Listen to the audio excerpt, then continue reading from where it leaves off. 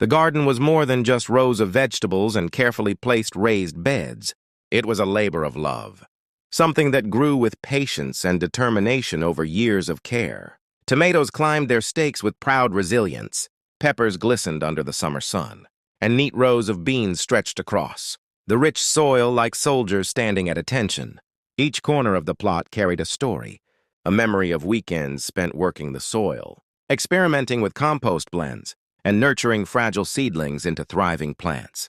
The house itself, a modest but sturdy brick home, stood at the end of a cul-de-sac in a well-maintained neighborhood governed by an aggressive homeowners association. To most, the HOA was a minor annoyance at best and a tyrannical overseer at worst. They imposed fines for lawn lengths that grew half an inch too tall, dictated which shades of beige were acceptable for exterior paint, and even issued warnings for leaving trash bins visible for more than 30 minutes after collection. Still, the garden had always seemed safe. There were no clear rules against it, and for years it had gone unchallenged. It wasn't messy, it wasn't sprawling beyond the property line, and it certainly wasn't bringing down property values. If anything, it added life to the neighborhood. But the HOA was always hungry for control, and eventually they turned their gaze toward it. It started with a letter folded neatly into an envelope that bore the HOA seal. The tone was stern, bordering on hostile, as it claimed that the vegetable garden violated aesthetic standards of the community. It accused the homeowner of creating an unsightly agricultural appearance and demanded the removal of the raised beds within 14 days. There was no mention of which bylaw had been violated, no specific citation of rule or clause, just a vague declaration that it did not fit the image of the neighborhood. The first instinct was disbelief. Years of quiet gardening, years of neighbors stopping by to ask for fresh tomatoes or to admire the neat order of the plants. And suddenly it was an issue. It seemed absurd that something so harmless could be targeted. Yet disbelief quickly turned into a heavy frustration. This was not just about vegetables. It was about control, about power, about an association that thrived on intimidation rather than fairness. Over the next week, more letters followed. Each one grew harsher in tone, now threatening daily fines for non-compliance. The language became sharper, accusing the homeowner of intentional defiance and willful disregard for community standards. The final notice carried the threat of legal action, warning that the association would take the matter to court if the garden was not removed. The neighbors began to whisper. Some offered quiet words of support, stopping by under the cover of early morning or late evening to express their disbelief. Others avoided eye contact altogether, not wanting to be associated with someone the HOA had chosen as their latest target. The board members themselves carried an air of superiority, strutting down the sidewalks with clipboards in hand, glancing at the garden with smug disdain as though they had already won. What they did not know, however, was that this particular homeowner was not the average resident. Years of professional experience in municipal planning and zoning had created an intimate familiarity with property law, land use ordinances, and the legal framework that governed neighborhoods like this one. The very foundation of the HOA's authority rested on documents that could be interpreted, challenged, and in many cases, overturned when applied incorrectly. So, rather than panic, rather than rushing to tear out the garden in fear of fines, the homeowner began to prepare. Out came the zoning maps, the original property plats, the municipal codes that had been painstakingly updated through years of council meetings and public hearings. Every raised bed, every compost pile, every trellis was mapped out against the legal boundaries of the property. And the results were clear. Nothing was out of line, nothing was in violation, and nothing justified the HOA's demands. The discovery brought a sense of quiet confidence. The HOA had overstepped their authority, and picked a fight they were destined to lose. What they saw as just another homeowner they could bully into submission was, in reality, someone with both the knowledge and the patience to dismantle their case, piece by piece. But this battle could not be fought from behind closed doors. The association thrived on perception, on the illusion of authority. To challenge them effectively meant bringing the truth into the light, exposing their baseless claims in front of the very people they sought to control. That meant waiting for the next HOA meeting, the place where grievances were aired, Disputes were judged and reputations were made or broken. The days leading up to the meeting were tense. More letters arrived, each one stacking threats upon threats. A notice of fines appeared, a sheet of paper printed in bold red ink, declaring that daily penalties had begun accumulating. It was taped directly to the front door in a theatrical display of dominance, meant not just for the homeowner but for the entire neighborhood to see. The tactic worked on some. Neighbors began to glance nervously at the garden, afraid of association, while others simply shook their heads at the board's pettiness. Meanwhile, the garden itself thrived. The tomatoes ripened into deep crimson spheres. The cucumbers lengthened, and the rows of beans thickened with pods. The plants were indifferent to the battle that brewed around them, continuing their cycle of growth as though nothing had changed.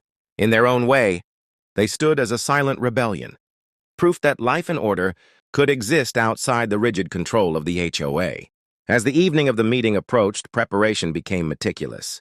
Copies of zoning ordinances were printed, each one highlighted with the relevant sections. Photographs of the garden were organized into a binder, displaying its neat layout, its lack of intrusion, its undeniable order. The fines were documented, each letter carefully cataloged to demonstrate the escalation of harassment. Every piece of evidence was assembled with precision, creating a case that could not be dismissed. On the night of the meeting, the atmosphere was charged.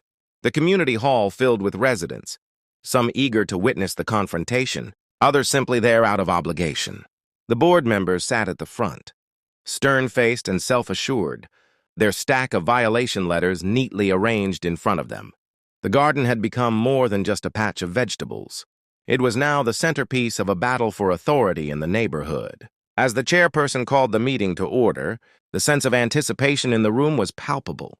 The accusations were prepared, the condemnations ready to be read aloud. But beneath the surface, a storm was waiting to break.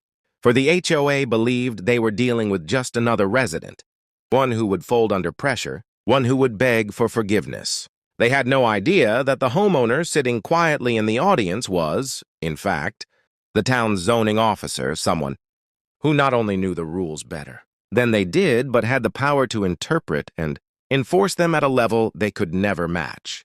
The moment of truth was approaching. The board was about to discover that their campaign of intimidation had led them directly into the most humiliating confrontation of their tenure.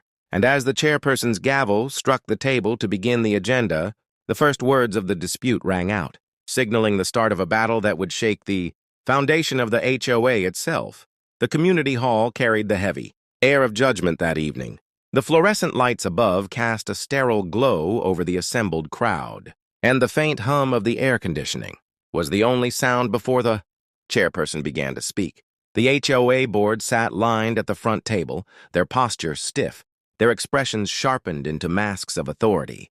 Stacks of papers sat before them, each one a weapon ready to be unleashed against the supposed offender of the neighborhood's sacred order. At the back of the room, neighbors filled the folding chairs, some leaning forward with interest, others slouched in detached boredom. A handful whispered quietly among themselves, curious to see what spectacle the board would create. In neighborhoods like this, HOA meetings often became theater, a stage where power was flexed. Grievances were aired and reputations were dissected. Tonight, the garden was the centerpiece of the show. The first order of business was rattled off. Quickly, a minor landscaping complaint, a dispute about holiday lights left up too long, a reminder about trash collection. Each item passed with little resistance, but the real storm was saved for last. The chairperson cleared their throat, adjusted their papers, and then leaned forward with a self-satisfied grin. The board had been waiting for this moment. The accusations were laid out with deliberate weight.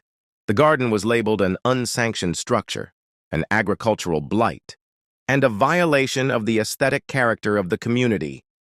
The board described it as disruptive, unsightly, and a potential magnet for pests. They waved the violation letters like trophies, reminding everyone in the room that fines had already been issued and that legal action was being considered. The performance was designed to humiliate, to corner the homeowner into submission before the eyes of their neighbors. The board relied on intimidation as a tool, expecting silence or weak protest in return. They were accustomed to compliance, to residents folding under the weight of their threats. But this time, their target did not flinch. When the homeowner rose to address the accusations, the room shifted. A quiet confidence radiated outward, a calm steadiness that contrasted sharply with the board's theatrical aggression. There was no shouting, no scrambling for excuses, only the firm, deliberate unfolding of documents, zoning codes, municipal ordinances, and property plats that told an entirely different story than the board had presented. The zoning maps were held up first, showing the precise boundaries of the property. The raised beds and trellises sat comfortably within the lot lines, with no intrusion onto shared spaces, no violation of setbacks, and no breach of easements. The garden, by every legal definition, was compliant with local zoning. Next came the municipal ordinances, highlighted and tabbed for clarity. They revealed a reality that the board had either overlooked or deliberately ignored. The town's laws explicitly allowed residential gardening for personal use. There was no prohibition against vegetables, no restriction against raised beds, and no clause that could be twisted to justify removal. The audience leaned forward as each point was presented, their eyes darting between the confident homeowner and the stiffening board. What had begun as an orchestrated condemnation was unraveling into something else entirely.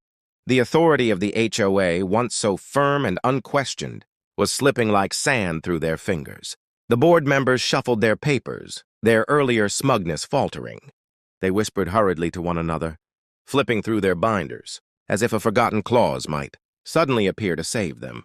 But the evidence was undeniable, and the room knew it. Every claim the board had made was systematically dismantled, every accusation countered with legal fact. The final blow came with the revelation of identity. Calmly, without fanfare, the homeowner revealed their position as the town's zoning officer. Gasps rippled through the crowd as the weight of that title sank in. The very person the board was attempting to bully was not just knowledgeable about the rules. They were the one responsible for interpreting and enforcing them across the entire town. The silence that followed was suffocating. The board's power, so often wielded unchecked, was suddenly exposed as fragile and hollow. They had overstepped their authority. And worse, they had done so against someone who could not only challenge them, but dismantle their credibility with ease. Neighbors exchanged glances, some smirking with barely concealed satisfaction, others wide-eyed at the audacity of the board's failed assault. The dynamic in the room had shifted completely. The HOA was no longer the predator.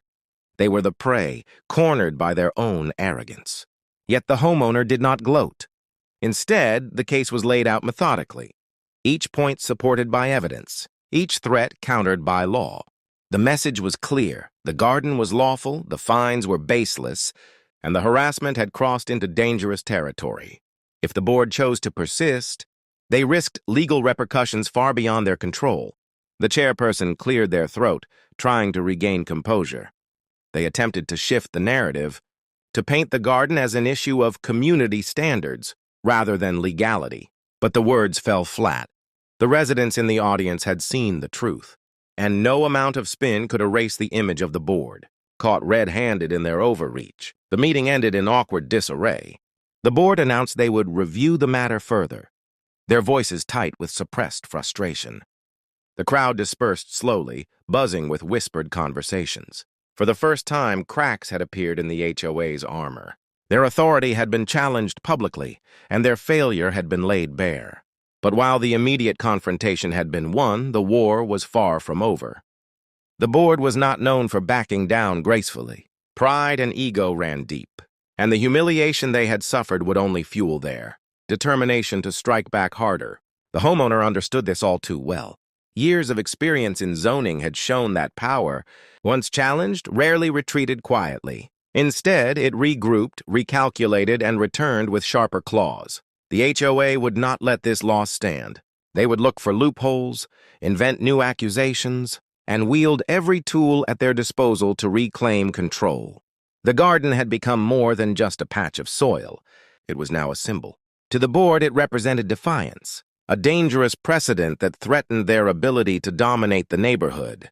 To the homeowner, it represented freedom, proof that their property and their labor could not be stripped away by arrogance and intimidation. As the lights of the community hall flickered off that night, a quiet determination settled in. The first battle was won, but the war was only beginning. The HOA would come again, and next time they would not be so careless. And so preparations began anew. Every document was kept close, every ordinance double-checked, every piece of evidence cataloged. The board would return, and when they did, they would find that the roots of this garden ran deeper than they could ever have imagined. The victory at the HOA meeting had shifted the balance of power, but it also lit a fire beneath the board. For the first time, their authority had been openly questioned and publicly dismantled. Prideful, humiliated, and bitter, they retreated from the meeting hall with clenched jaws and tight fists. But retreat was not surrender. Behind the polished exterior of neighborhood newsletters and community bulletins, plans of retaliation began to take shape. The first signs appeared quietly. Letters that once accused the homeowner of an unsightly garden now shifted focus. Suddenly, complaints poured in about trash bins left out too long, fences needing repair, and lawns cut half an inch too short. Each notice was delivered with the same tone of superiority, dripping with the presumption that compliance was inevitable. Though the accusations were frivolous, they carried the threat of escalating fines, each one a needle pricking at patience. The neighbors began to notice the pattern. Whispers spread again, this time less about the garden, and more about the board's obsession. To some, it looked petty, like a vendetta playing out in plain sight. To others, it was intimidating, a reminder of how quickly the HOA could turn its sights on anyone who stepped out of line. The board was sending a message. Defiance would not go unpunished. But the homeowner did not flinch. Each letter was answered with calm precision, each accusation dismantled with the same arsenal of ordinances and evidence that had silenced them before. Photographs were taken, timestamps logged, records kept in meticulous order. Every notice that arrived was not just a nuisance, but another piece of ammunition, another entry in a growing file of harassment. When the board realized the paper war was failing, they escalated further. Inspections became more frequent. Board members were spotted lingering on sidewalks, clipboards in hand, staring too long at the property. Cars slowed as they passed by, their drivers craning, their necks to catch a glimpse of the now infamous garden. Even small gatherings in the driveway drew unwanted attention, with notes soon following about unpermitted events and disturbance of community peace. The pressure was meant to wear down resolve, to grind defiance into submission through sheer persistence. Most residents would have caved under such relentless scrutiny, tearing out the garden just to buy peace. But this resident was not like most. Patience had already been tested, battles already fought in larger arenas. Compared to city zoning disputes and court hearings that dragged on for months, the HOA's games were little more than noise. Still, the attacks left marks. Peaceful evenings in the garden now carried the constant shadow of surveillance. The once simple joy of planting, watering, and harvesting was punctuated by the awareness that eyes were watching, notes were being taken, and new accusations were being drafted. The garden was no longer just a hobby, it was a front line in a simmering war. The turning point came when the board attempted their boldest move yet. They filed a claim in small claims court, seeking to enforce their fines and demand the garden's removal. To them, it seemed like the ultimate checkmate.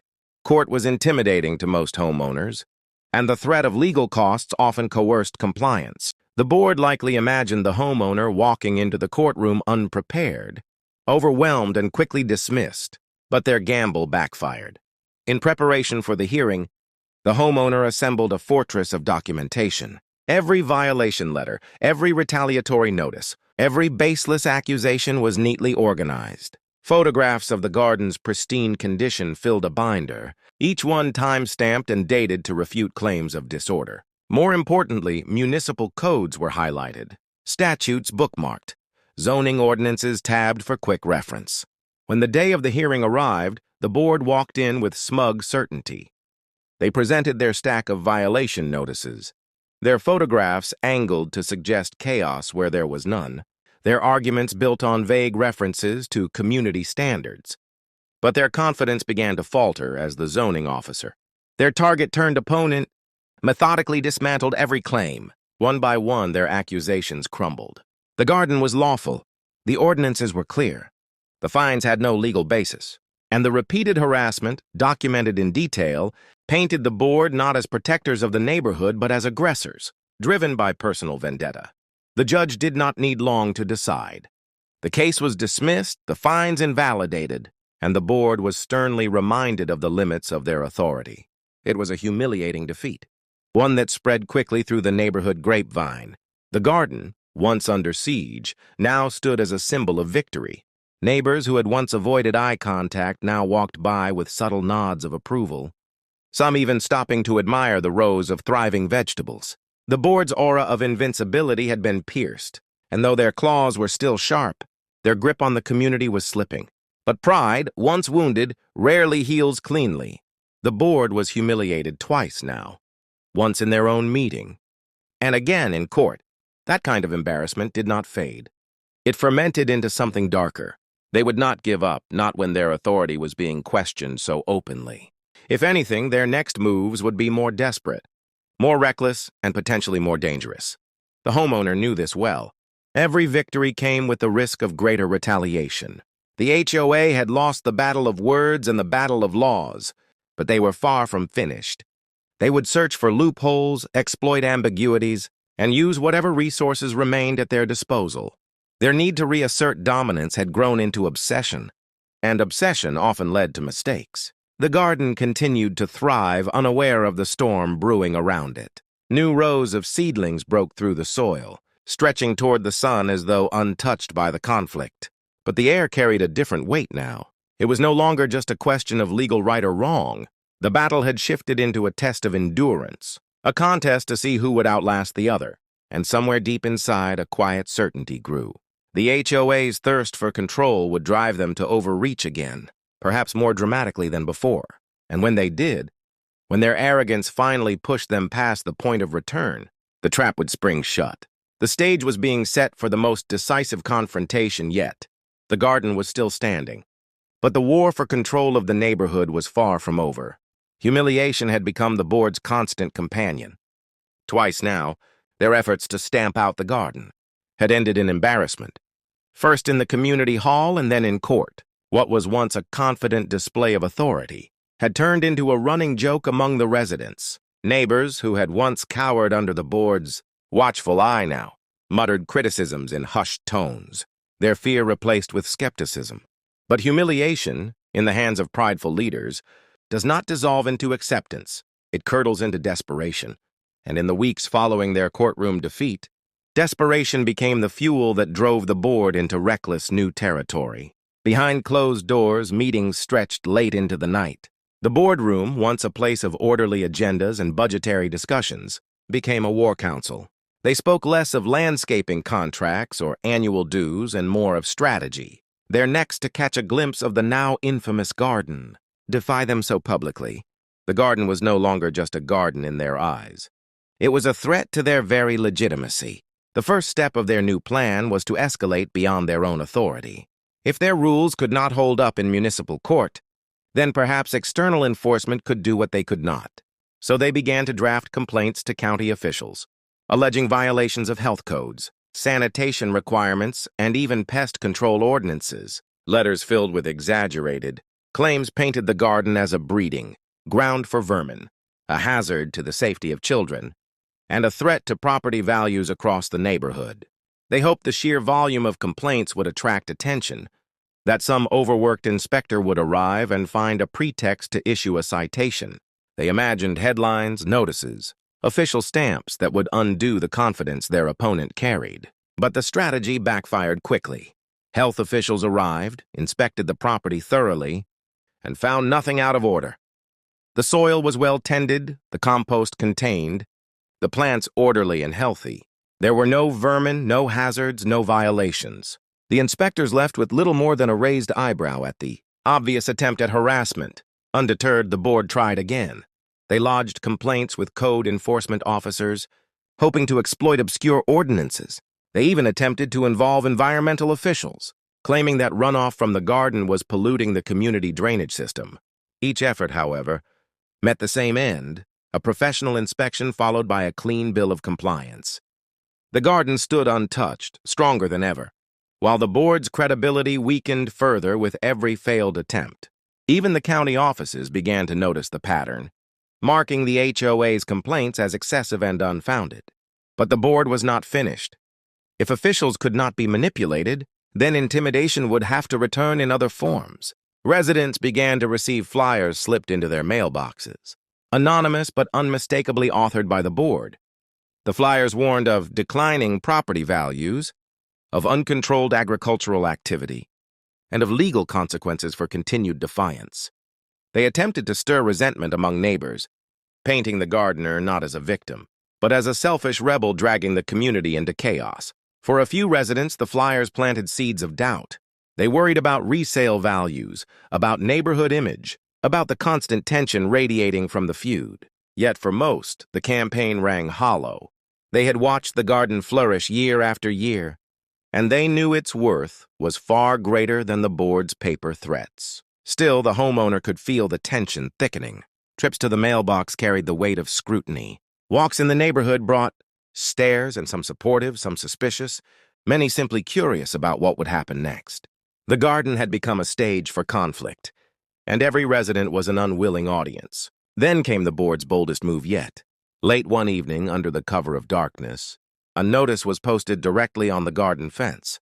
Unlike the usual typed letters or mailed warnings, this was handwritten, the pen strokes jagged with frustration. It declared the garden officially condemned by the HOA and ordered its immediate removal.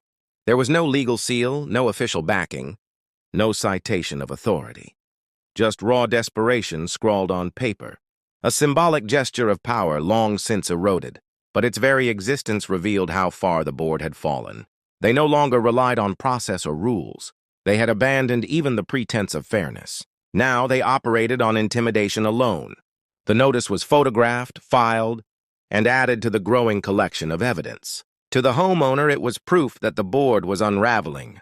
To the neighbors who saw it, it was confirmation that the battle had crossed into absurdity. But the most unsettling development came not from paper notices or official channels, but from the whispers of sabotage. One morning, a row of bean plants was found trampled, their stalks broken and leaves crushed into the soil. Another day, a trellis was knocked askew, its supporting vines left tangled and wilted. It was subtle, deniable, but unmistakable. Someone had entered the property under cover of night. The board denied involvement, of course. They claimed ignorance, even concern, while hiding the smirks that betrayed their satisfaction. But the homeowner knew better.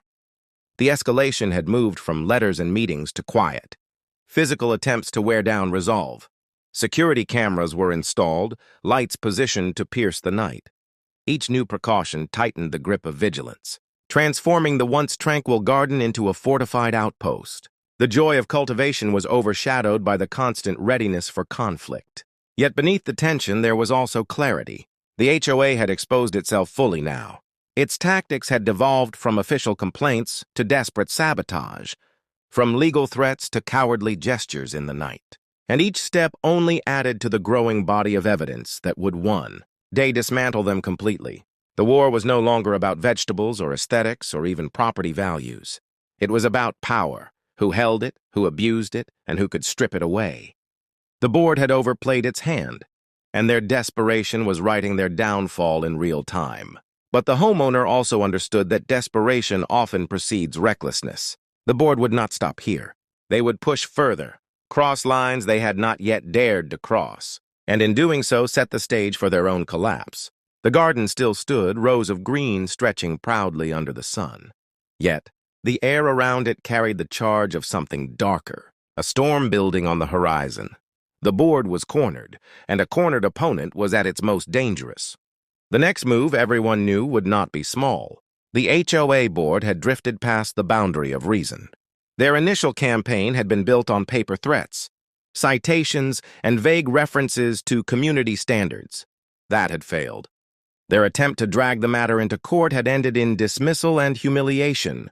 Their complaints to county officials had fizzled into nothing, leaving them branded as petty and obsessive.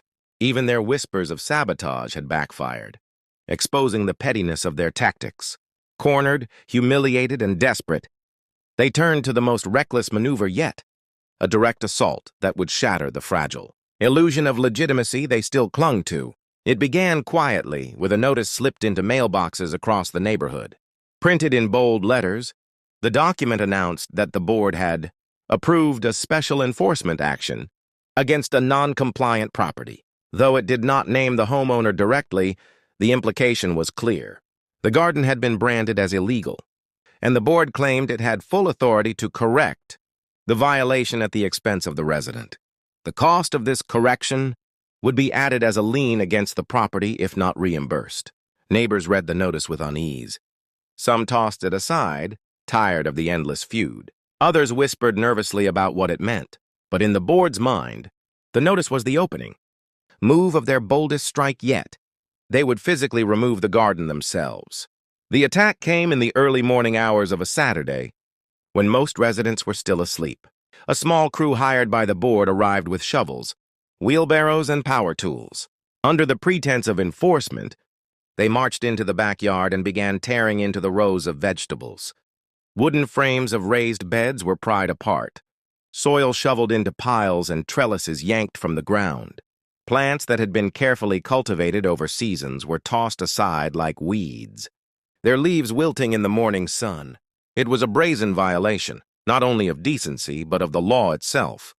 The board had crossed the line from harassment into trespass, vandalism, and destruction of property. What they had not counted on, however, was preparation. Security cameras installed weeks earlier after the first signs of sabotage captured every detail. The footage showed board members overseeing the operation, their clipboards in hand, directing the hired crew like generals on a battlefield. Every shovel of dirt, every broken trellis, every uprooted plant was recorded in high definition. The homeowner arrived too late to prevent the initial destruction, but not too late to document it. With phone in hand, photographs were taken, timestamps logged, evidence preserved. By the time the crew finally retreated, leaving behind a scarred patch of soil where the thriving garden had once stood, the case against the HOA had transformed into something far larger than zoning disputes or nuisance fines. News spread quickly through the neighborhood. Residents woke to the sight of the garden reduced to ruin, whispers rising into open conversations. Shock rippled through the cul-de-sac. Even those who had once sympathized with the board's desire for order could not justify what they had done. The sight of men ripping apart a lawful, thriving garden under the direction of HOA officials was too much, too blatant, too cruel. The board, however, stood firm in their delusion. They circulated statements insisting the action was necessary, that the garden posed a threat to the community's character, and that their bylaws granted them authority to enforce compliance by whatever means required. But the more they spoke, the more hollow their words became. For the first time, the neighborhood did not listen with fear, but with outrage. The homeowner did not respond with rage, though the anger burned hot beneath the surface. Instead, they turned once again to preparation. The evidence was overwhelming: surveillance footage, photographs, written notices, and even testimony from neighbors who had witnessed the destruction. What the HOA had intended as a final show of dominance had instead provided the clearest proof of abuse of power anyone could ask for. The garden's destruction became a rallying point. Neighbors who had once remained silent now stepped forward, emboldened by the board's overreach. Some voiced their disgust openly, calling for accountability. Others quietly offered support, slipping notes of encouragement or stopping by to express their sympathy. The tide of opinion had turned, and the board, once feared, now stood exposed. But the fight was far from finished. The board still clung to their authority, doubling down on threats of liens and fines. They brandished their bylaws like shields, refusing to admit fault. Their arrogance convinced them they were untouchable, that no resident, not even a zoning officer, could truly challenge their dominion. Yet the homeowner knew better. The law was not on the board's side. The evidence was undeniable, and the time had come to move beyond defense and strike back decisively. The next steps were calculated with precision. Legal complaints were drafted, citing trespass, property damage, and harassment. Municipal officials were contacted, not with vague grievances, but with hard evidence of criminal acts. Attorneys were consulted, strategies refined, timelines established. This would not be another meeting skirmish or courtroom dismissal. This would be a decisive blow, one that would not just defend the garden, but dismantle the board's reign of intimidation entirely. The garden, though scarred, would rise again. Soil could be replanted, trellises rebuilt, plants regrown. But the damage the HOA had inflicted upon itself was permanent. Their reckless strike had not eliminated the symbol of defiance. It had amplified it, turning a private garden into a public cause. As the homeowner stood at the edge of the torn soil, surveying the wreckage, there was no despair, only resolve. The board believed they had taken control, but in reality they had signed their own downfall. The cameras had caught everything, and soon the evidence would be presented in a forum, far larger than a neighborhood meeting. The stage was set for the most decisive confrontation yet. The HOA had crossed the line into illegality, and now the full weight of the law would come crashing down upon them. The soil lay bare, but beneath it, seeds of retribution had already been planted, and soon they would grow. The reckless destruction of the garden had done more than uproot vegetables. It had uprooted the very foundations of the HOA's authority.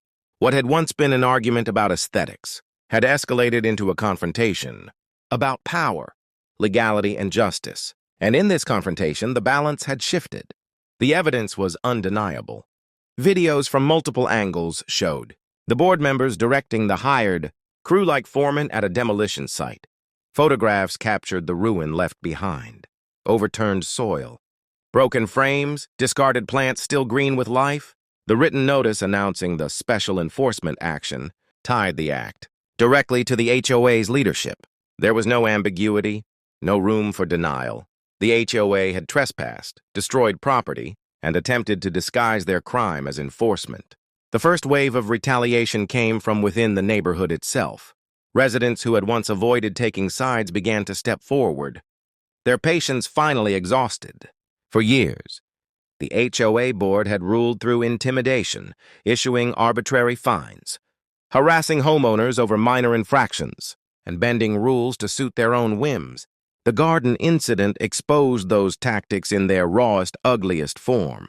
Neighbors organized in whispers at first, then openly. Conversations bloomed at mailboxes, sidewalks, and driveways. Words like accountability, abuse, and removal floated through the community. A petition circulated, demanding the resignation of the board members involved. Signatures piled up, many from households that had once kept quiet. By the end of the week, more than 2/3 of the neighborhood had signed their names. The HOA tried to push back, but their defenses rang hollow. Their statements about protecting community standards no longer carried weight. The petition revealed the truth. The community did not want protection from gardens. They wanted protection from the board. But petitions, though powerful symbols, were not enough. To dismantle the board's power, the matter had to be brought into the arena of law. And so, the second wave of retaliation began. Complaints were filed with the county sheriff, detailing trespass and destruction of property. Reports were submitted to the state attorney general's office, citing abuse of authority and harassment. Civil suits were prepared, backed by evidence so compelling that even the most reluctant lawyer saw opportunity. And most importantly, a motion was filed in court to challenge the HOA's authority itself, questioning whether the board had exceeded its legal bounds so severely that it had forfeited its right to govern. The day of the hearing arrived like the eye of a storm. The courthouse was crowded, not only with attorneys and officials, but with residents, eager to witness the confrontation. The HOA board arrived in stiff suits, their faces pale but defiant, clutching binders of documents as if paper could shield them from justice. The homeowner arrived not with bluster, but with quiet confidence. The evidence spoke louder than any voice could. Inside the courtroom, the board tried to mount a defense. They argued that the bylaws granted them authority to enforce standards. They insisted the garden had been non-compliant, that their corrective action was necessary. But as the judge listened, the cracks in their reasoning widened. Enforcement, the judge noted, did not mean trespass. Authority, the judge emphasized, did not extend to vandalism. When the videos were played, silence fell. The images were damning, board members pointing, nodding, directing the hired crew as if orchestrating a military strike. The judge watched intently, eyes narrowing with each frame. When the photographs of the aftermath were presented, the weight of the evidence became unbearable. The board's legal team tried one last desperate maneuver to argue that the homeowner, as a zoning officer, had provoked the conflict, weaponizing their knowledge of the law. against the HOA, but the judge cut the argument short. Knowledge of the law was not provocation. It was protection. And the law was clear. The HOA had gone too far. The ruling came swiftly. The HOA was found liable for trespass, property damage, and harassment. Monetary damages were ordered to cover the cost of rebuilding the garden, along with punitive fines that struck at the heart of the board's finances. The court also issued an injunction prohibiting the HOA from interfering with the garden again, stripping the board of its claimed authority over the property.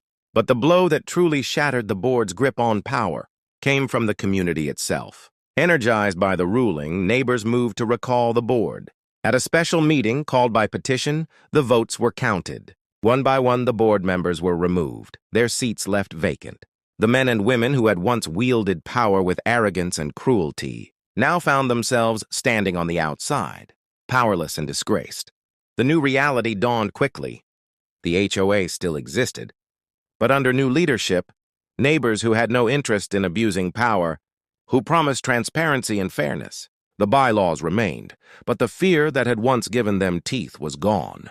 The board's reign of intimidation had ended, replaced by something more fragile but far more genuine: community trust. For the homeowner, the victory was more than personal. The garden could be replanted, the soil restored, the trellises rebuilt. But the greater triumph lay in proving that even the most entrenched, abusive authority could be dismantled. The garden had become more than rows of vegetables.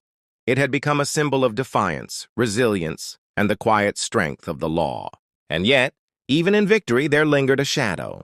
The ousted board members were humiliated. But humiliation does not always end conflict. Whispers began to circulate that they were planning something. Some form of retaliation outside the bounds of official power. Desperation, after all, is a dangerous thing. The community celebrated, but the homeowner remained vigilant. The fight had been won, but the war was not yet over. The seeds of revenge had been planted in more than one garden, and not all of them would grow in the light. The courtroom ruling and the board's removal had shifted the neighborhood like an earthquake. The ground that once felt so hostile now held promise. For the first time in years, residents walked the streets, without glancing, nervously over their shoulders for clipboards or citations. Conversations were light again, children played more freely, and gardens, once trimmed and monitored under strict suspicion, began to bloom without fear. But victory, though sweet, left behind debris. The HOA board members had been stripped of their power, their reputations shattered in the eyes of neighbors, their names tied to scandal. For people who had thrived on control, the sudden void was unbearable. Defeat had not taught them humility. It had brewed something darker. At first, their retaliation was whispered. Rumors spread that they intended to challenge the ruling on appeal, though they lacked the money and the grounds. There was talk of forming a private association, of gathering like-minded homeowners to re-establish the order they believed the neighborhood required. But whispers can grow teeth, and soon their plotting became visible. Late one night, a neighbor spotted two of the former board members lingering by the lot where the destroyed garden had stood. They carried flashlights, their beams flickering across the overturned soil like predators circling prey. Nothing came of it that night, but their presence was not innocent. The neighborhood's anxiety, once calmed, began to stir again. And then one morning, the homeowner awoke to find a letter pinned to the front door. It was unsigned but unmistakable. The words dripped with bitterness, threatening that the garden will never stand, that order will return, and that rules, once written, do not die. It was a last-ditch attempt at intimidation, a reminder that power, even broken, can claw from the shadows. But intimidation loses its edge when exposed to the light. The letter was photographed, documented, and handed directly to the sheriff.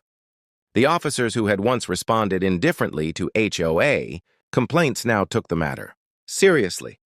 The evidence of harassment was undeniable, and with it came warnings of criminal charges if the former board continued their campaign. The community, too, had no patience for backsliding. Neighbors who had once kept quiet now rallied to protect what they had gained. Eyes watched every street corner, every suspicious movement. The disgraced leaders found no allies, only cold shoulders and locked gates. Meanwhile, the garden was rebuilt. It began with fresh soil, turned and nourished to heal the wounds of destruction. Wooden frames rose again, stronger than before, anchored deep to withstand weather and sabotage alike. Seeds were planted carefully, rows of vegetables and herbs, but also flowers, bright blooms, that spoke not only of sustenance but of beauty and defiance. Every sprout that broke the surface was more than a plant. It was a statement. You cannot kill what roots itself in both earth and law. Neighbors who had once walked by silently now stopped to offer help. They carried watering cans, tools, and seedlings from their own backyards. What had begun as one person's private space transformed into a shared sanctuary. The garden grew, and with it grew a sense of community long suppressed by fear. The former board tried one final act of defiance. They filed a complaint with the county zoning office, alleging that the garden expansion violated setbacks and land use rules. But the irony was bitter. The very zoning officer they filed against was the one who reviewed the claim. The complaint was shredded with precision. The laws laid out in black and white. The homeowner's rights affirmed beyond question. What had once been a weapon in their hands was now turned irrevocably against them. By summer's end, the garden thrived lush and green, buzzing with bees and alive with color.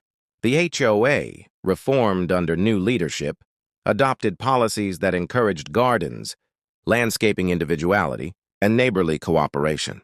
What had been a community ruled by fear became one led by trust. The ousted board members, meanwhile, faded into obscurity. One sold their home quietly, unable to bear the cold glares of neighbors. Another stayed but retreated indoors, their windows drawn, their voice absent from community meetings. Their power was gone, their influence dissolved.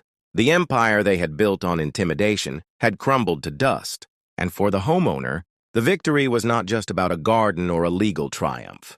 It was about the message etched into the story, that when authority is abused, when power is twisted into a weapon, it can be challenged. The law, when wielded with knowledge and patience, could cut through arrogance sharper than any blade. And most importantly, that communities, once awakened, could reclaim themselves from fear.